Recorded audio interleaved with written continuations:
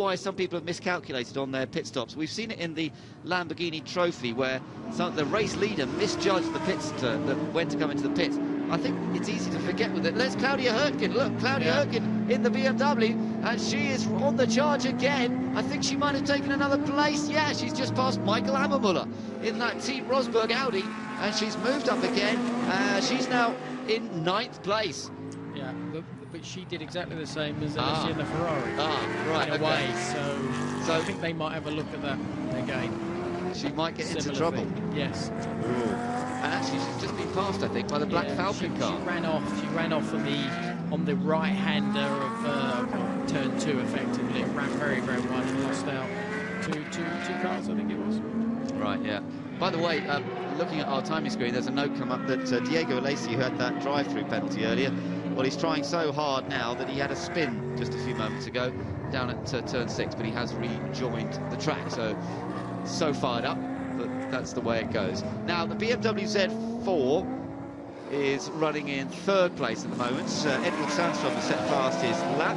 Patrick Soderlund is his co-driver, and he's talking to Haley. Edward certainly had a fantastic stint. Patrick, you must be looking forward to getting out there. I do. It's an exciting race. We're in 3rd right now, and it's going to be a hot, warm stint for me, but we'll see. Thank you. Thank you. It will be hot. You're right, it will be hot. It's very, very warm here, and inside these GT cockpits there is not a lot of airflow. That's the car he's going to be taking over them, and look how close it is now behind those 2 leaders. You know what? A decent pit stop. It is a timed pit stop. You have a minimum time in the pit, so really it's not about trying to have a faster pit stop than anyone else, but it is about having a good in-lap and a good out-lap with your new driver, isn't it? Yeah, absolutely. Well, that's really what this is all about, and I think that's what's going to make it exciting, because he now has an opportunity, because he's closed that gap.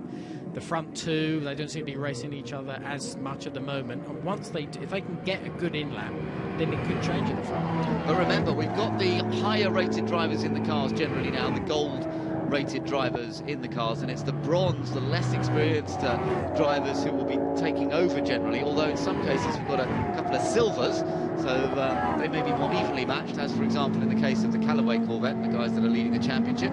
Further back, some battles going on down here. Charlie Hollings in the 88 Ferrari is in 8th, Michael Hammermuller there in the number 4 car, 9th. There is Joachim Lambot, who is ready to take over from Mike Parisi, the race leader, when Mike decides, or when the team, I should say, decides to bring him in. I'm sure that's a team call, because they're the one watching the monitors and looking at the timing and seeing how long they can leave it. Ooh, little move up the inside there for the number 33 Black Falcon car. Krista Johns driving that at the moment, and he's looking pretty racy. Claudia Hurtgen after that little move earlier. She may not get penalised, of course, because she effectively lost out in the end. She sort of dropped back again, so I guess they might argue that she didn't gain any advantage from it. Meanwhile, the Ford GT just flashing through the shot. The number 14 car, that's up to 5th place now. It's got past Albert von Turner Taxis, so the Ford GT is also going well. And there, I think that's the Alesi car. I think Diego, I think it's all over. Oh, sorry, just talking drivers, my mistake. I was wondering what's going on there. It's because I'd seen that thing about him having a spin a moment ago. It does look like the pit's out the back. It doesn't look like in the pit lane. That's right, in the trees. I think the trees confused me in the background there. Yeah, sorry about that. So it's just a driver change. Diego Alesi handing over to Giacomo Petrobelli, who he struggled though, because they're down in 17th place coming in after that drive-through. That's such a shame, because he was certainly one of the stars of that first part of the race. But as you say, you've got to follow the rules. You can't gain advantage by using parts of the track that other drivers can't reach. Up front, it's still Mike Parisi from Marco Holzer, and their co-drivers, well, they must be feeling a bit nervous. Joachim Lambot will be taking over from Mike Parisi, but in the other car, Paul Van Splunteren will take over. Oh, here we go, Dino Lantner, and the BMW's in. That was a poor in-lap, because he was right up the back of those top 2. Good point. And he was way behind there, so he's lost out a hell of a lot. That's a good point. Yes, well spotted, that man. So Sandstrom getting out and Soderlund getting in. The 2 Swedish drivers on board this BMW Z4. And there's Claudia Hurtgen coming in. So she's going to hand over to Chubba Walter. He helps her get out. She had a good stint from the back, remember. She came up into the top 10 from the very, very back of the grid. Yes, there was that little slip-up just a few laps ago, but she's had a really, really strong stint, overtaking a lot of cars. They won at Harama. They're pretty evenly matched in terms of pace. Jabba Walter's very quick as well, and that'll be interesting. I think he could well gain some places because some of the other guys he's racing against won't be as fast as he is. No, precisely. I think that will be a positive thing for them. The car's obviously working very well. Now he can charge. Yeah, he is a bronze-graded driver, but he's a fast bronze. And as you said earlier, they do vary, don't they, the bronze drivers? So of course. Well, the golds vary, the silvers vary, and so do the bronze. So this is what's lovely about this GT3. There is that massive mixture. Now we have a race on because things are going to be very different. We've still got the 2 leaders to pit, and then we've got the same thing. There'll be the 2 bronze. There's Mike Parisi coming in. He is the gold, and Joachim Lambert taking over. That car there we're looking at he is a bronze, but he is a fast bronze. Okay. But Paul van Splanteren, who takes over the blue and white Porsche, he's a bronze, but he's maybe not quite as quick from what we've seen so far. Don't know, we'll have to wait and see. I think Marco Holzer is a bit quicker than Paul van Splanteren in that car, but we'll have to wait. Yeah, well, again, he's got the advantage of being in front as well, so... Yeah. So always an advantage. Yeah, and Marco Holzer certainly shadowed that Corvette well, hasn't he? I think it potentially, even at the latter part of the stint, he might have been able to go a bit quicker, but, you know, you've got to try and go past. Car 3 has got... into the pits come the leaders then. Car number 3, which one is that? That is the Team Rosberg car. They've exceeded gone wrong with the pit stop, but it doesn't really affect anything because they're not running up front. So here we go. This does affect things up front because the 2 leaders are in. There's the guy who's going to take over the Porsche, Paul van Splanteren. Porsche stops first. Yep. Rushes into position. Out gets Marco Holzer. Yeah, there's probably not going to be so much change here in the pits. It's the in lap, and of course they came in one behind the other. Probably leave. One behind the other. Indeed. The Corvette's got the advantage in a way in terms of position in pit lane. It's further down the pit lane. And what will be important for these two teams and 2 drivers is who can do the best outlet and get up to speed the quickest. Now they have to sit in the pits until the team manager says they've sat in the pits for the allocated time, this minimum time. The whole point of this is a safety issue, so that they're not rushed, so that there's time for the drivers to swap over safely. Team manager will watch the time and then send him on his way, and presumably the Corvette's about to go. Away goes the Corvette. The Corvette retains the lead, and there's the BMW Z4. Remember, that was a close third. He's ahead. The Corvette's still in front of the Porsche, so it's the same. Yeah. And they're ahead of the BMW. That's right. And as you say, the BMW definitely lost out on that in lap. The BMW. We gather that he had a big moment on that out lap, so maybe he knew he was going to have to try hard. Yes, it looks that way. So now we're going to settle down. Obviously, the BMW's had that sort of one warm-up lap. Yep. Those 2 have just left. They're going to try and sort of get into their groove. So they're fighting each other. The BMW is behind, who's sort of more up to speed. So now the race is on because it's going to be down to the guy that can really get on it.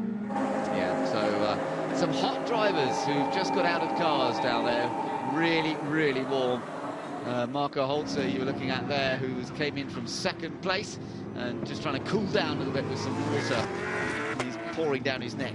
Anything just to cool down. I'm surprised he hasn't peeled his overalls off yet, trying to get out of those. So we have an Audi battle going on, battling each other at the moment. A little bit further down. Yeah. The field, sort of 15th. We've got the St. Lot Phoenix racing car of Jérôme Demey and Bruce Laugeroux. So there's 3 out, I think, in 13th, 14th and 15th. And meanwhile, the Corvette that was being driven by Mike Parisi is still leading this race. Mike is out of the car and Haley is with him. Right, that was a fantastic stint and a great pit stop. Now it's down to Joachim to keep the lead. Yeah, Joachim has a good feeling with the car this weekend. It's very good for the team and for myself. So I give Joachim a very good car with good tires. So I hope he's going to keep the first position. My race was quite difficult because the Porsche was very present in my rear valve. So I keep the pressure, and I hope that we can have a new win this weekend. Thank you, Mike. double winners at Brno, these guys. They were Mike Parisi and Joachim Lambot. Can they take another victory? It would then mean we've had 2 Corvette victories, but I'll tell you what, Paul van Splunteren staying with him reasonably well in that Porsche, and in the background, have we got a little race for third? I think we have, because I think the Callaway Corvette of the championship leaders has closed up to the BMW. Daniel Kalvitz in the number 101 Corvette has definitely got closer and is challenging for third position. Yeah, I think he benefited from the in and out lap. Yeah, seems to be where he really gained with the BMW for sure, and lost out. Yeah, definitely. And he is closing up more and more as they head down to the crucial part of the lap where he'll want to be quick onto the Mistral. And actually, Soderlund goes wide, almost lets him through. Made it very easy for him. Yeah, well, this is where obviously the drivers are, you know, some are settling in quicker than others. That's my telephone. Some are settling in better than others, and the BMW seems to be less so at the moment. It's quite a strange one, because he sort of ran, he's wide there, and it's almost like he just let him go, wasn't it? Yeah, very didn't strange. Really fight it. He just let the Corvette down the inside. You wouldn't think he was fighting for a third place, would you? No, because the Corvette definitely wasn't expecting it. Yeah, so Soderlund down to 4th. But that Corvette does seem to be doing good lap times at the moment.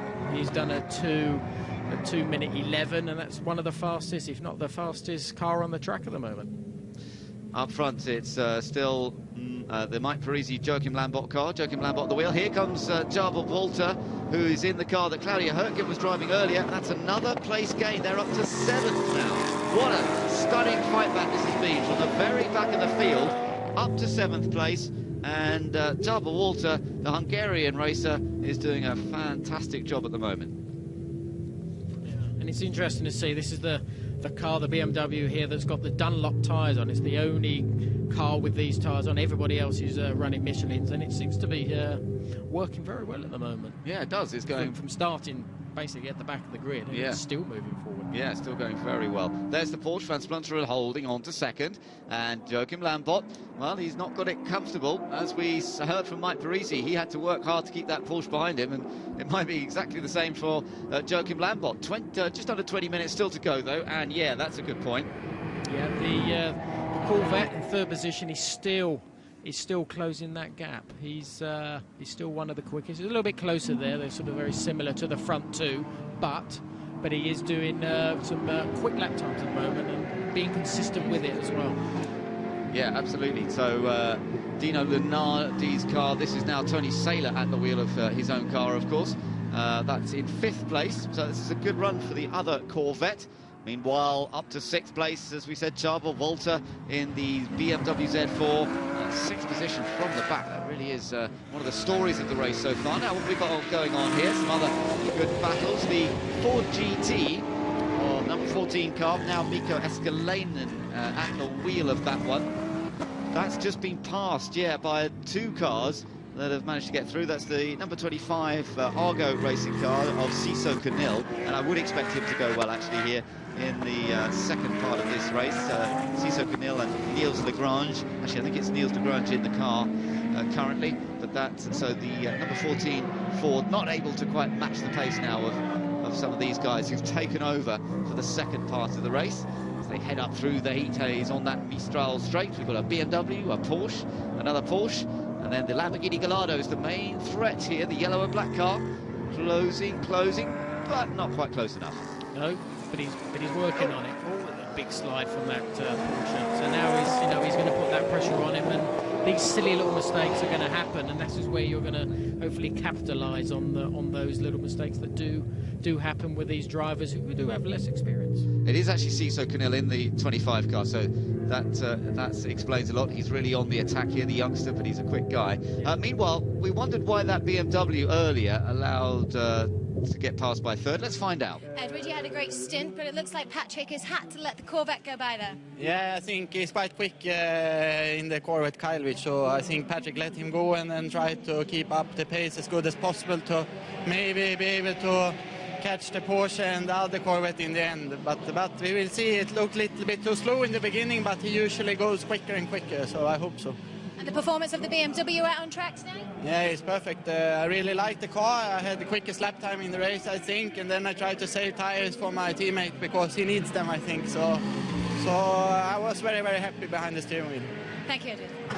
So Edward, yeah, he looks pretty confident. This was the moment, Johnny. So there was some. Yeah, it's there, and it's like a hesitation, and then he's able to go up the inside quite easy. And maybe it's a smart thing. Yeah. Maybe he doesn't want someone all over his back, and he feels uncomfortable because he's not comfortable with the car.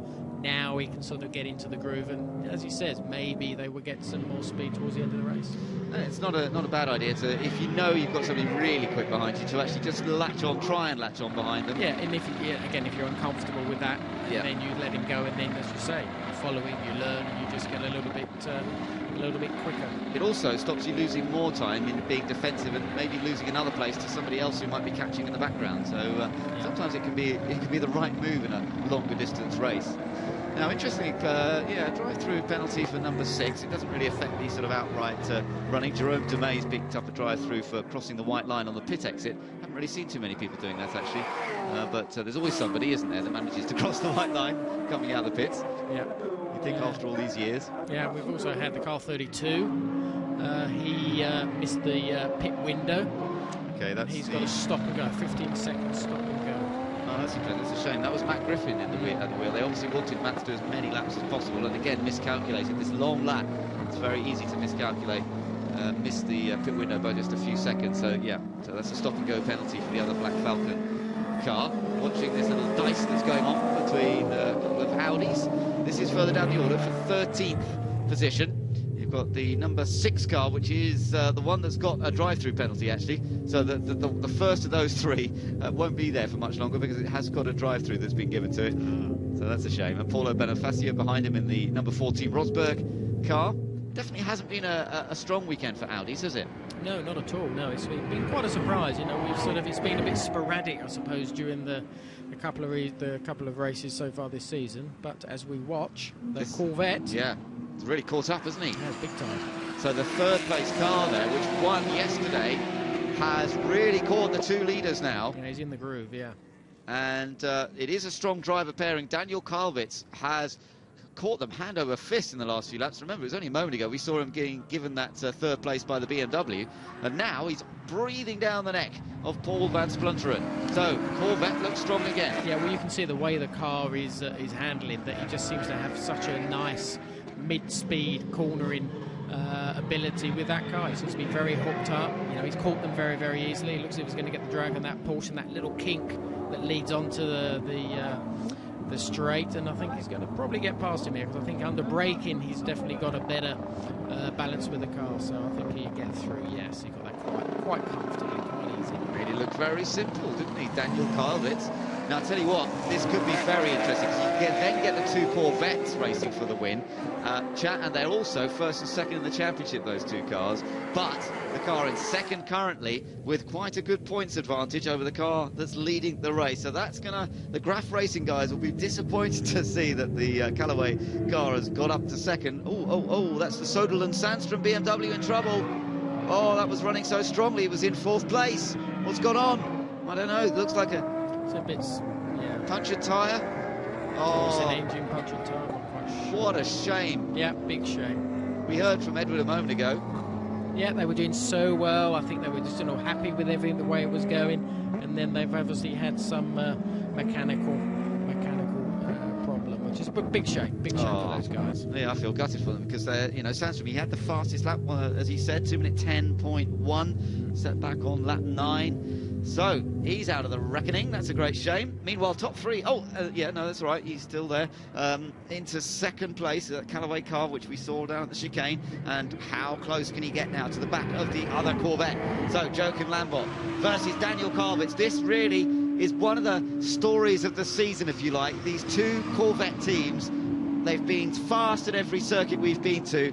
And now we're going to see a real wheel-to-wheel battle between the 2 of them. Yeah, well, I can see the second place 101 car, the white car here, overtaking the Porsche here. He's actually lapping much quicker. It's about 7-8 tenths quicker than those other 2. So his car is very comfortable, but of course now he's got a battle against the car that is doing exactly the potential going exactly the same speed as him. So it'll be interesting to see how they take the pressure, especially the leader. The leader is obviously looking in his mirror, and all he sees is his his championship rival. Yeah, and it's a stage of the race, Johnny, where, you know, they don't change tyres in this category, where the tyres are past their best. I mean, they are, I have to say, a very consistent tyre. Looking at the lap times, these tyres are not tyres that sort of go off, even in this heat. And I'm amazed, actually, that they can do these consistent lap times. Just shows you what a good tyre the Michelin is, as well as the Dunlop, because most of them are on the Michelin. Yeah, they are. And again, Michelin has such a wealth of experience from Formula One and sports cars and touring cars and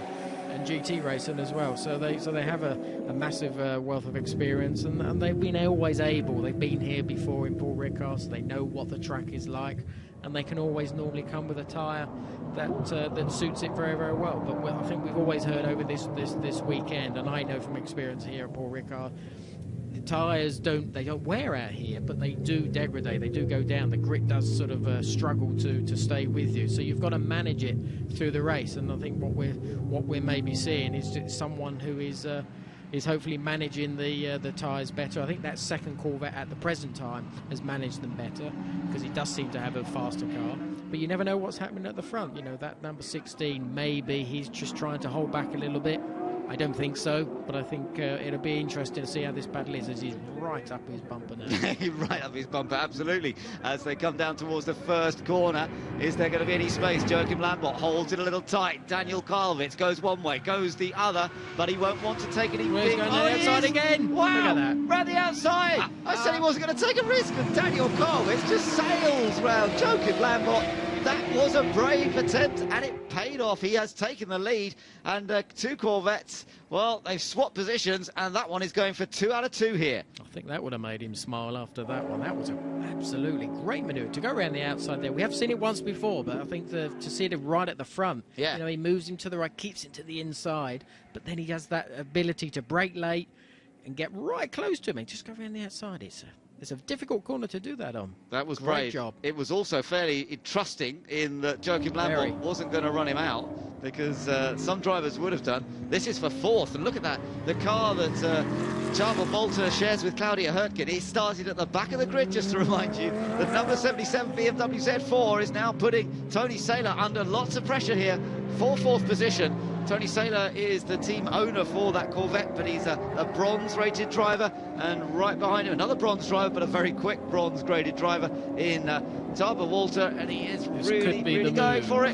Do you reckon? Is he going to do it here? Yeah, he is. He's done. It's done. No problem. As he gets around it, he's done. We saw it yesterday. It's funny, in qualifying, I think his fastest lap was the last lap of qualifying. So obviously the car seems to be able to go quicker and quicker and quicker, and that's exactly what we're seeing. Big gap, though, for him now, because he's got into 4th, but these guys were about 20 seconds behind the leader, so there's no chance, I'm afraid, unless one of the leaders has a problem, he's not going to get a podium. But 4th place from the back of the grid, I'll take that. Oh, yeah, well, I would take that as well. We see a replay, pulls out quite easy. That's sort of under braking for the chicane, halfway down the senior, down the main straight. It's the corner before the senior corner. But easy, very easily done. Very easily done. No problem at all. Just straightforward stuff. Up front, meanwhile, our new race leader crosses the line. It is Daniel Karlowitz, having got into the lead. Top 3 still close, though. Yeah. Not really breaking away. No, it hasn't breaking away as much as I thought. Maybe that will inspire the 16 to sort of maybe pick up a little bit more speed, and he might learn a few things from what he can see the lead car doing on lines. But we'll have to wait and see if he can actually pick up that speed, and it's going to take him probably a lap or two if he has that ability to do that. 19 seconds the gap back from these 3 to the 4th place BMW. So I don't think what he needs is a late safety car. Now, that's what, a bit of debris. Out on sec. Johnny, get out there for a minute, will you, and just chuck something on the track? Cause, Me? Well, yeah, you get out there. All right. I'll be back in a minute. Yeah, we've only got, what, 7 minutes, coming down to 7.5 minutes to go, so we're getting towards the end of the race. But again, he's going to be under pressure. He doesn't want to make mistakes. The guys behind are still putting him under pressure. He's not breaking away as much as I think we all expected, but I think he's got a car that is very capable at the moment, and he's driving very comfortable terms. There is that Z4, and he's lapping now some of the back markers. Ciso Cunil in the background. Look, the yellow and black car, the Lamborghini. He's caught the Corvette of Tony Saylor, and he's going to follow at the same place. Yeah, well, he's actually got it all done before they even get to the turning point for the chicane. So this has been a good drive from Ciso Cunil, taking over the number 25 Argo Racing entry.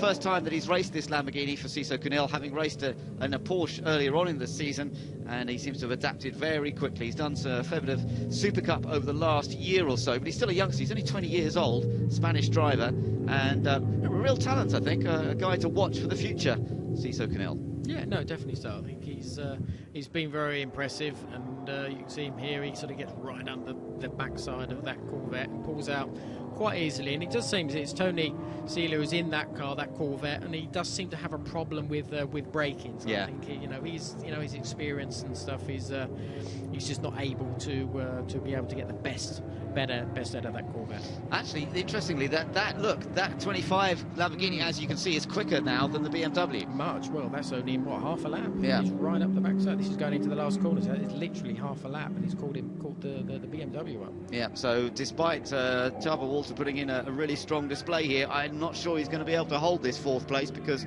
that car of Ciso Cunil, number 25 Lamborghini, is bearing down on him very quickly. We've got just under 6 minutes to go, as you can see from the top of the screen. As the time ticks away, up front there's no change. It's still Carlvet's leading from Lambot, the Callaway Corvette from the Graf Racing Corvette, then the first Porsche, the car being driven by Paul van Splunteren at the moment. But then we've got this good little dice going on for fourth place. Again, two very different cars. You've got the front-engined BMW Z4, there it is, the number 77 car on its Dunlop tyres. Right behind it, you've got the mid-engined Lamborghini Gallardo on its Michelin tyres. And both drivers pushing on. Ciso Cunil probably is a higher graded driver. I think he's graded as a silver driver. Yes, he is. And meanwhile, Chava Walter is graded as a bronze, but he's already shown that he is pretty fast. Back with the lead group, and again, that Callaway Corvette has just broken away a little bit now from the number 16 Graf Racing Corvette, Joachim Lambot, and still holding in there. The Porsche, the NEC-backed Porsche, still sitting there in third place, and Paul van Splunteren. Yeah, I think Ciso Walter, he had a very slow last lap, so I'm only guessing maybe he got a bit of traffic during that lap, which enabled that Lamborghini, because now we can see that he's actually sort of been able to just stretch out a little bit on the last lap that we have seen. So I think it probably was due to either a mistake or some traffic. So I think his pace is okay, but that Lamborghini's pressurising him. It is. Yeah, looking pretty good at the moment. Well, up front at the moment is the car of Daniel Karlvitz. They're looking at 2 wins this weekend. Let's speak to his teammate, Christian Hohenarden. Christian, how easy would it have been for Daniel to take the other Corvette there? It's never easy. It's never easy to do that. I think the key this weekend for us is a quite balanced car. You see that, because it's quite hot, and I think we made it we made the best of all the field, that we used the tires the best, because I think we have a wonderful car, and that's the goal for this one. Thank you, Christian. Well, they do. They've had a wonderful car, and they're getting if it stays like this, they'll have maximum points from the weekend with 2 victories. Can't get better than that. That's all looking very, very handy. Still this battle for fourth going on between the BMW Z4 and the Lamborghini Gallardo. Not much to choose between them as they head down the bottom part of the circuit. No, their last laps, they were sort of only 1/10 difference, so they're sort of lapping at very, very similar speed. So now it would be just down to one being able to take the pressure, and the Lamborghini, the 25, applying pressure. Yeah, this is a key part of the track, as we all know.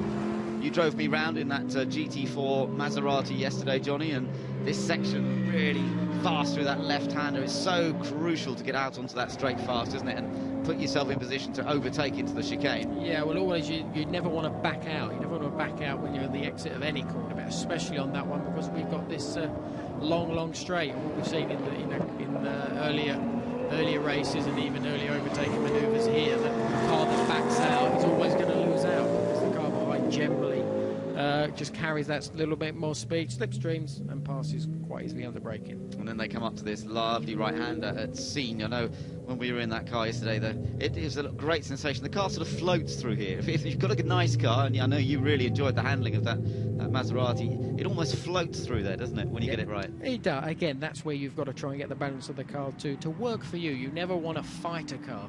You've always got to try and get the setup that it will either drift for you in a manner that you're not really doing any work, and that's always physically a good thing, mentally it's a good thing, and it's generally normally very good for the tyres as well. Yeah, and usually works on the stopwatch. Exactly. You know, when you were talking a little bit earlier, we're watching second and third across the line.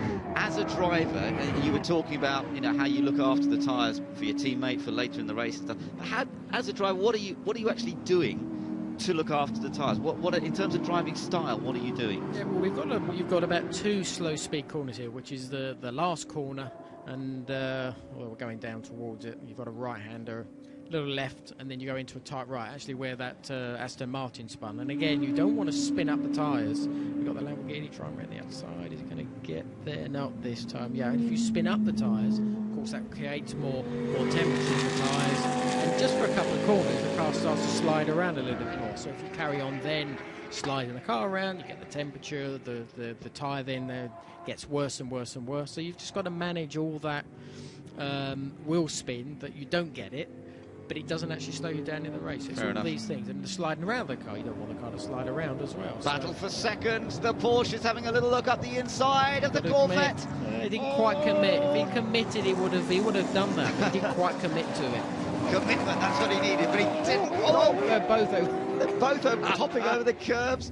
My goodness, this is still on, though, for second place. Don't think there's any too much doubt about the lead because we're on the final lap, so there's no doubt about who's going to win this race, barring a mechanical misfortune. In the background, the Lambo was side by side with the BM. Oh, and he's just still held on. The BMW still held on to fourth place. Final lap then, and we've got 2 great dices going on. These guys have really kept us entertained this is the opportunity. Is he going to go?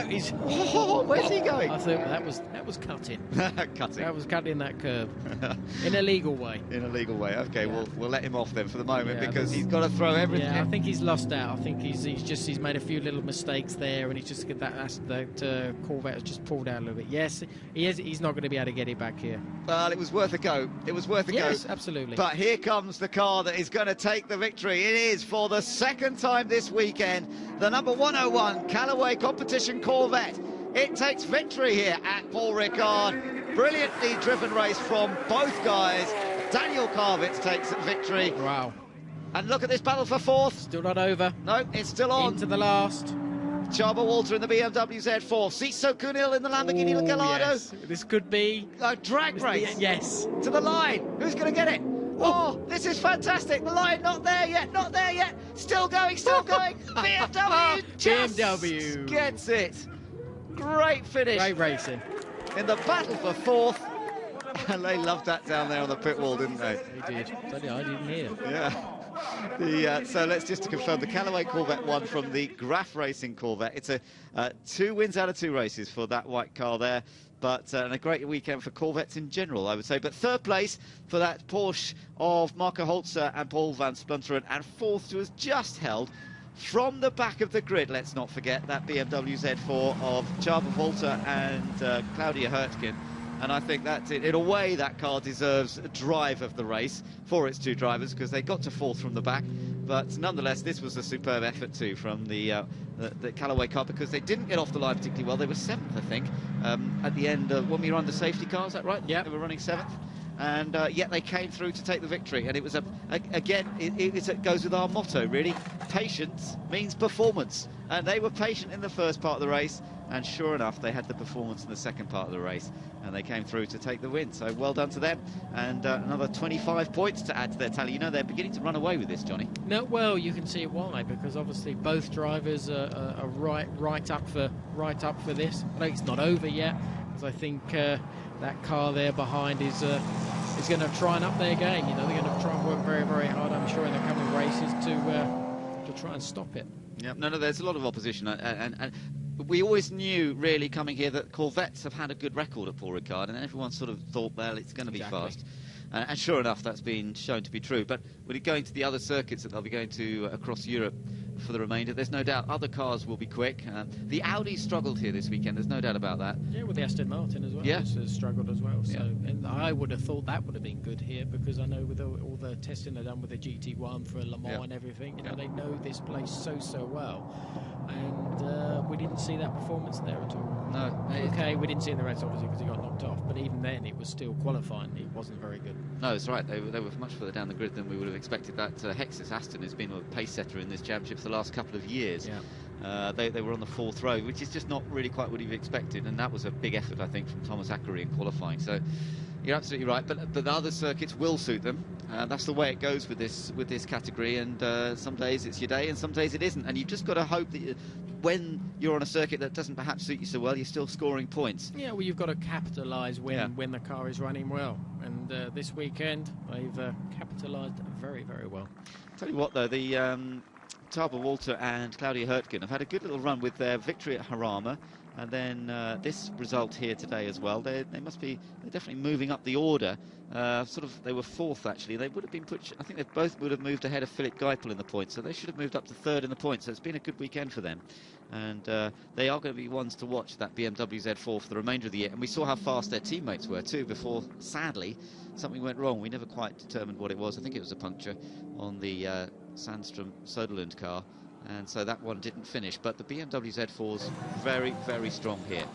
So into the Parc Fermé, into the winner's circle for the second time this weekend for Daniel Kvyat, who has delivered along with his teammate Christian Hohenadel. They went for that fairly early pit stop, but both guys were competitive throughout, and then he made the move. That was a brave move.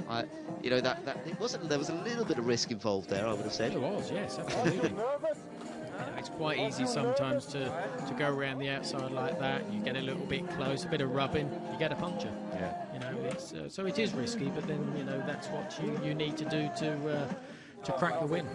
I wonder what Paul van Splunderen seemed to be asking Marco there, his teammate. Were you nervous? Or maybe he thought he was going to throw that third place away or something. I don't know, but he must have enjoyed it. He asked him that. Yeah, he finished third, and he finished a good third. I thought it was a good drive by Paul van Splunderen. So the Porsche guys can be happy as well, but the Corvette boys, they had the edge, and now it's a chance to cool off a little bit. Front-engined Corvette, probably throwing more heat back at the driver than the rear-engined Porsche. So the guys getting out the Corvettes perhaps a little bit hotter. Time to rehydrate after losing several pounds, I would think, during the course of that race. Definitely so. I know when I raced, I think the maximum I lost, I think, was 3 kilos. In one race? In one race, yeah. So was that a long distance, or no, it was at Malaysian Grand Prix. 3 kilos. 3 kilos. So that was only. But these guys, it's hotter because obviously you got a roof in. Yep, absolutely. So they're making their way over to have a word with Haley, and for the second time this weekend, then our race winners here are Daniel Kvyat and Christian Hohenadel. Let's hear from them. Daniel, congratulations. What a performance from you. Yes, we know that we must make an early stop. And after the stop, I know that I must push as hard as I can to get the cars in front of us. And it's so hot in the car. It was so wow. And I'm really happy now that we have done it the second win this weekend. And it's also good for the championship. I'm so happy now. And Christian, great racing from you also. It must have been nail-biting stuff watching it on the pit wall there. Yes, but you see what I mentioned previous, that I think we have the perfect tires today, and I think he made his way. We see it on the times, and he did a perfect job. He overtake very good, and finally we made it, and we are very happy to win twice this weekend, and it's very good for the championship. Thank you. Certainly is. Nice handy lead they will have in the points. They were on 113 coming in, another 25 added. Let's just confirm that result then. The 2 Corvettes, 1 and 2. Callaway taking 2 wins out of 2 this weekend. For the Pro Speed competition, Porsche in a good solid third place, courtesy of Marco Holzer and Paul van Splunderen. Just outside those top 3 then, the BMW Z4 that came from the very back of the grid, having had their time excluded in qualifying, Claudia Hurtgen and Tapa Walter. And then the Lamborghini Ciso Canil bringing that car up to 5th place at the end. That was a strong drive from him. Tony Saylor held held on to 6th in his Corvette. The other Porsche, the Mulder Motorsport car, number 11 machine, that finished in 7th place ahead of the Pro Speed car, the number 60 car of Petri Lappalainen and Markus Paltala. Behind them we had the Black Falcon Audi, the number 33 car, that was the Jean-Paul Breslin and Krista Jones machine. And then as we go further down the order, the Audis, as we mentioned, really struggling. And what a shame for Chad Racing and those Ferraris, because Diego Alesi for us was the star at the beginning, but he was suitably admonished for using a bit of the track beyond the limit. So sadly he had the drive through, and ultimately all they could do was finish in 14th position. So there we go, the results today. You have to say that Ferrari, if they hadn't had to go for the drive-through, could well have been a player on the podium finish. But we saw some great racing throughout that. That was the Callaway car moving up. That was when they moved up into 3rd position, which was a fairly easy job to do. But they did work for it, because they then had to get past several more cars as well. Look at what it's done in terms of the points. Honadel and Karwitz are now on 138 points. Big gap over Mike Parisi and Joachim Lambot in that Graf Racing Corvette. But as I mentioned, Claudia and Taba have now moved into 3rd place overall. Philip Geipel's not been racing here this weekend. Siso Kunil has changed teams, but he's moved up to 5th place. And then Marco Holzer and Paul van Splunteren, 2 podiums for them. Albert van Turnen Taxis struggled with his car this weekend, and especially in the latter stages. Gilles Vanelay, well, they had a good result in the first race of the day, but the Aston Martins really didn't deliver. So Fred Makovici and Manuel Rodriguez weren't able to add to their tally. And as we saw, Diego Alesi looked as though he was going to add to it, but it didn't happen in the end for him.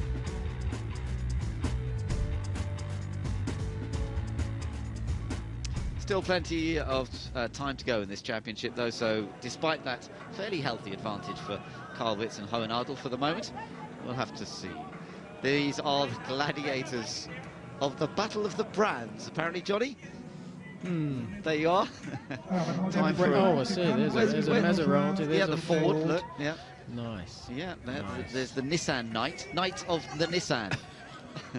And I bet it's a bit warm in there. I mean, it's hot enough in a race suit. How on earth? How hot is it standing on the podium in a suit of armour? For goodness' sake, hot with a capital T. Well, the guys are coming out onto the podium, I think now. Yep, there we are. The Porsche guys coming up there for their 3rd place finish here today. And of course they didn't get 2 podiums, my mistake there this weekend. They got the 1 podium because yesterday they finished in 6th place in the Porsche. It was the other Porsche, the Mormon car, that got the podium yesterday. But being congratulated by Joachim Lambot and Mike Parisi, who were 2nd yesterday and 2nd today. It's been a great weekend for them, but it's been an even better weekend for these two, because they've taken 2 wins. Daniel Karwitz, 2 German drivers, Daniel Karwitz and Christian Hohenadel, and they've taken victory in the Callaway car for the 2nd time this weekend. And it'll be the French anthem for the French team who have taken success here at Paul Ricard.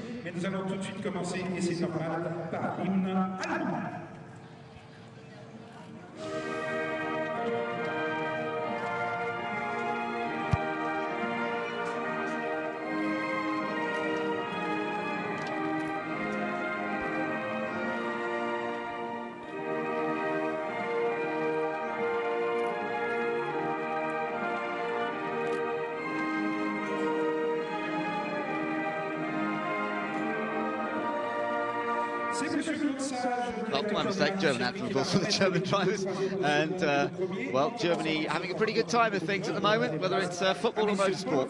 They seem to be the ones to beat. And German flag flying high. So, 3rd place finishers picking up their trophies. Pretty happy with that, I think. Paul van Splunteren on the left there, Marco Holzer with the cap on the right. And then Mike Parisi and Joachim Lambot, they're picking up their trophies for 2nd place. French drivers on French soil. But then the German guys who have taken victory for the 2nd time this weekend. And they get a big round of applause from their team in particular, who are standing down there below the podium. There's real love there. Well, they're proving to be a pretty effective team, aren't they, the pair of them? very much so. I think they did a cracking job this weekend. And the points tally, fantastic for them. They could sort of not relax yet, but they feel now, I'm sure, that they are the cars to beat, like you said, Ben. When you've been racing sports cars, Johnny, I mean, the team relationship, it's a big part of it, isn't it? You know, how you get on with your teammate or teammates, depending on what length of race you're doing. Well, who are the teammates that have really sort of stuck out in your memory in terms of, maybe not necessarily for speed, but in terms of just the relationship? It always has been great fun, good laugh. Anybody stick out, really stick out in your mind for that? I think I was always very lucky. I think I always enjoyed my time very early on with Mika Hakkinen and Alex Zanardi, Pedro Lamy, for example, Rubens Barrichello, Heinz Harold Frentzen, for example. You know, but of course we're always in a team driving against a car each other. On our own against each other. So what about when you've been sharing a car? Well, I think Stefan Johansson was great. JJ Leto was another one that was really great as well. And Dindo Capello, we drove at Le Mans together, and Mark Blundell, and obviously David Brabham when he was at Bentley. So I've been very lucky to have some really good teammates that we've had some great success. Good fun, and it's fun in a way. I mean, you've come from the world of single-seaters, but also sports cars where you get to share those joyous moments, if you like. So we're just looking back at the highlights, some of the highlights of that last race. A brilliant performance by the Callaway Corvette, which has taken 2 wins out of 2, and that's it for the GT3s from Paul Ricard.